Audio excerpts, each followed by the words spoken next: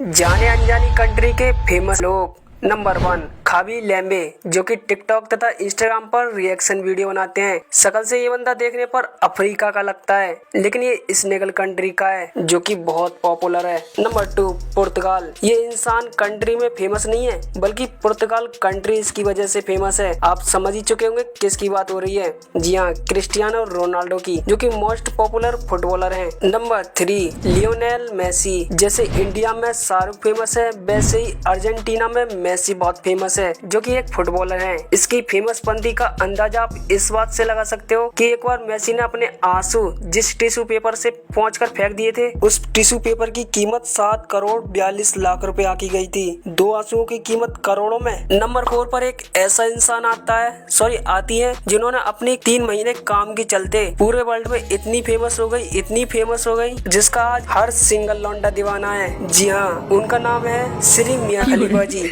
जिनका जन्म तो लेबनान में हुआ था, लेकिन आज इस महान हस्ती को पूरी दुनिया जानती है। वैसे इंडिया में और आपकी कंट्री में फेमस पर्सन कौन है, कमेंट्स में जरूर बताना यार। वैसे इससे पहले इन फेमस लोगों के बारे में आप जानते थे या नहीं?